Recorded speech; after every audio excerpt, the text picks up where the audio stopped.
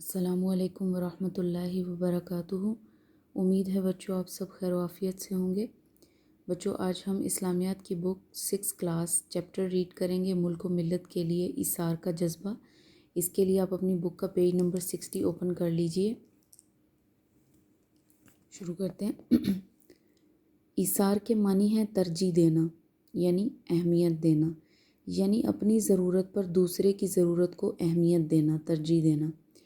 مثلاً ہمیں خود ایک چیز کی ضرورت ہو اور کسی دوسرے شخص کو بھی وہی چیز چاہیے، تو ہم اپنی ضرورت کو نظر انداز کر کے وہ چیز دوسرے ضرورت مند کو دے دیں۔ خود تکلیف اٹھائیں اور دوسروں کو آرام پہنچائیں۔ خود قناعت اختیار کریں، یعنی تھوڑے میں بھی گزارا کر لیں، اور اپنا مال اللہ تعالیٰ کی راہ میں خرچ کرنا ایثار کہلاتا ہے۔ ایثار کی اہمیت اور فضیلت۔ اللہ تعالیٰ کا فرمان ہے لَن تَنَالُوا الْبِرَّ حَتَّىٰ تُنفِقُوا مِمَّا تُحِبُّونَ۔ ترجمہ: جب تم ان چیزوں میں سے جو تمہیں عزیز ہیں یعنی اچھی لگتی ہیں اللہ تعالیٰ کی راہ میں خرچ نہ کرو، کبھی نیکی حاصل نہ کر سکو گے۔ یعنی جب تک تمہیں جو چیزیں پسند ہیں ان میں سے کچھ نہ کچھ حصہ اللہ تعالیٰ کے راستے میں خرچ نہ کرو تو تم نیکی حاصل نہیں کر سکتے۔ ایثار اللہ تعالیٰ کے نزدیک پسندیدہ خوبی ہے۔ صفت کا مطلب ہوتا ہے خوبی۔ اللہ تعالیٰ اور اس کے رسول صلی اللہ علیہ وسلم کی نظر میں ایثار کا جذبہ رکھنے والوں کی بہت قدر ہے۔ رسول اللہ صلی اللہ علیہ وسلم کا فرمان ہے جس شخص کو کوئی خواہش ہوئی اور اس نے اسے روک دیا اور اس نے اسے روک کر اپنے نفس کو چھوڑ کر دوسرے کے لیے ایثار کیا تو اس کی مغفرت ہوئی۔ اسلام نے خود غرضی اور مفاد پرستی یعنی صرف اپنا فائدہ دیکھنا کی ہر موقع پر مذمت کی ہے، یعنی اس چیز سے منع کیا ہے۔ ایثار صرف مال و دولت سے ہی نہیں ہوتا بلکہ اس میں ہر وہ قربانی شامل ہے جو ملک و ملت یعنی ملک کے لیے، لوگوں کے لیے اور دوسروں کو فائدہ پہنچانے کے لیے دی جائے۔ کسی بھی معاشرے کی ترقی کا راز اس کام میں، امر کا مطلب ہوتا ہے کام میں پوشیدہ ہے، امر کا مطلب کام ہے، اور اس معاشرے کے افراد میں ایثار و قربانی کا جذبہ موجود ہو۔ کسی بھی معاشرے کی ترقی کا راز اس بات میں ہے کہ اس معاشرے کے افراد میں قربانی کا جذبہ موجود ہو۔ جب تک ہم دوسروں کے لیے یا اپنے پیاروں کے لیے یا کسی کے لیے بھی، کسی انسان، کسی مسلمان کے لیے چھوٹی چھوٹی چیزوں کو بھی سیکریفائس نہیں کر سکتے، تب تک ہم نیکی کو حاصل نہیں کر سکتے۔ نیکی کرنے کے لیے بھی ایک اسپرٹ چاہیے ہوتا ہے۔ اس کے افراد بے غرض ہوں یعنی مطلبی نہ ہوں، ملک و ملت کے مفاد کو زیادہ امپورٹنس دیں، اپنے ذاتی مفاد کو چھوڑ دیں۔ لالچی اور خود غرض افراد کبھی بھی معاشرے یعنی سوسائٹی کی اجتماعی ترقی میں کردار ادا نہیں کر سکتے۔ اسلامی تاریخ اور ایثار۔ رسول اللہ صلی اللہ علیہ وآلہ وسلم کی پوری زندگی ایثار اور قربانی کا اعلیٰ نمونہ تھی۔ گھر میں ہفتوں فاقے پڑے ہوتے یعنی کہ کھانے کے لیے کچھ نہیں ہوتا تھا، لیکن سائل کو کبھی خالی ہاتھ نہ لوٹاتے، یعنی پھر تھوڑا بہت، بالکل تھوڑا مائنر سا بھی اگر کچھ ہوتا تھا تو وہ بھی اس کو دے دیتے تھے، چاہے اپنے کھانے کے لیے کچھ نہ ہو۔ بعض اوقات دوسروں سے قرض لے کر ضرورت مندوں کی ضرورتیں پوری فرماتے۔ عہد نبوی یعنی نبی صلی اللہ علیہ وسلم کے دور میں ایک دفعہ ایک شخص، نیکسٹ پیج اوپن کر لیں۔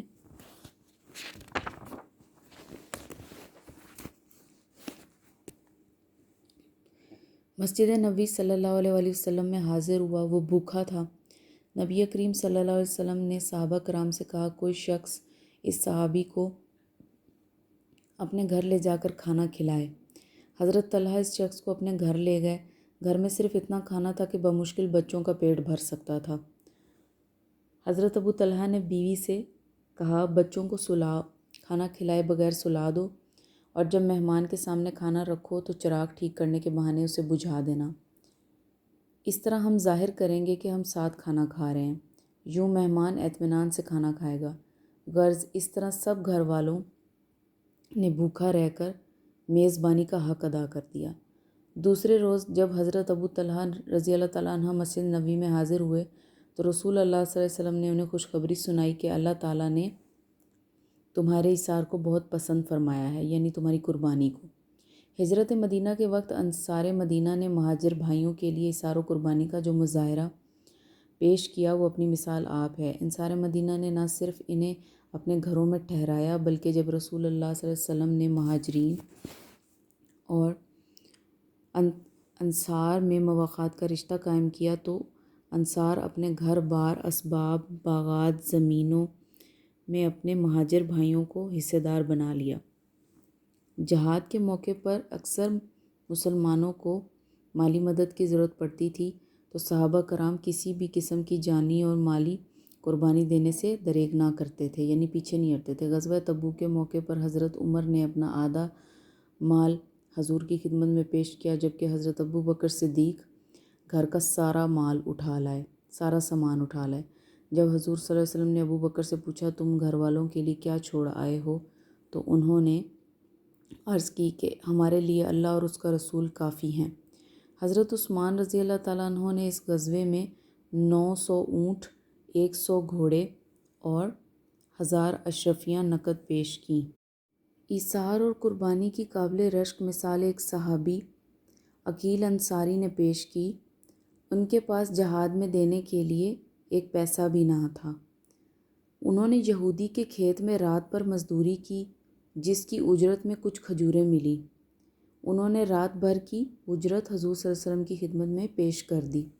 حضور نے ان کے ایثار و خلوص کی قدر کرتے ہوئے کھجوریں سارے مال پر بکھیر دیں۔ اللہ تعالیٰ نے صحابہ کرام کی ایثار و قربانی کی تعریف قرآن مجید میں یوں بیان فرمائی، وَيُؤْثِرُونَ عَلَىٰ أَنفُسِهِمْ وَلَوْ كَانَ بِهِمْ خَصَاصَةٌ۔ سورۃ الحشر آیت نمبر 9۔ ترجمہ، اور وہ ان کو اپنی جانوں پر مقدم رکھتے ہیں اگرچہ خود تنگی میں ہوں۔ ملک و ملت کے لیے ایثار کا جذبہ۔ کسی فرد کی عزت اور ترقی کا دار و مدار اس بات پر ہے، یعنی کسی بھی فرد کو عزت اور ترقی اسی وقت مل سکتی ہے کہ اس کا تعلق جس قوم سے ہے، جس ملک کا وہ شہری ہے۔ نیکسٹ پیج پر آ جائیں۔ ملک و ملت کو دنیا میں عزت ملے، اس ملک کو ہی عزت ملے، وہ خوشحال اور ترقی یافتہ ہو۔ یہ خوشحالی اور ترقی اسی صورت ممکن ہے اگر ملک کے لوگ بے غرض ہوں، اپنے ذاتی مفاد پر اجتماعی مفاد کو ترجیح دیتے ہوں، یعنی صرف اپنا فائدہ نہ سوچیں، سب کا فائدہ سوچیں۔ ہم دیکھتے ہیں کہ قیام پاکستان کے وقت مسلمان قوم نے کسی قسم کی قربانی دینے سے پیچھے نہیں ہٹے۔ قیام پاکستان کے بعد جب مہاجرین بے ساز و سامان پاکستان پہنچنا شروع ہوئے تو یہاں کے مقامی لوگوں نے ان کو آباد کرنے کے لیے ان کی ہر طرح سے مدد کی۔ 1965 میں جب ملکی سالمیت کو خطرہ لاحق ہوا تو پاکستان کی بری، بحری اور فضائی افواج نے اپنے اپنے محاذ و ایثار پر قربانی، جرأت اور جان بازی کی ایسی مثالیں قائم کیں کہ دشمن بھی ان مجاہدوں کی تعریف کرنے پر مجبور ہو گئے۔ پاکستان کے عوام نے بھی اس موقع پر ہر طرح کی قربانی دی، جنگ سے متاثرہ لوگوں کی دل کھول کر مدد کی۔ مختصر ہم یہ کہہ سکتے ہیں کہ زندگی میں جھگڑے اور تلخیاں اس لیے پیدا ہوتی ہیں کہ انسان اپنے معمولی خیالات سے اور اپنے چھوٹے مفاد سے دستبردار ہونے کے لیے تیار نہیں۔ ضد اور ہٹ دھرمی کی وجہ سے اختلافات بڑھ کر دشمنی کی صورت اختیار کر لیتے ہیں، جس سے معاملات میں بگاڑ پیدا ہوتا ہے۔ اس لیے ہمیں چاہیے کہ ہم مال و دولت کے ساتھ ساتھ اپنی رائے اور جذبات کی بھی قربانی دیں۔ اس سے معاشرے میں ہم آہنگی اور سکون پیدا ہوگا، ہم متحد ہو کر حالات اور مشکلات کا مقابلہ کر سکیں اور ترقی کی راہ پر گامزن ہو سکیں گے۔ ہمیں جان لینا چاہیے کہ دنیا میں وہی اقوام خوشحال اور باعزت ہوتی ہیں جن کے افراد کے اندر قربانی دینے کا جذبہ ہوتا ہے۔ جزاک اللہ۔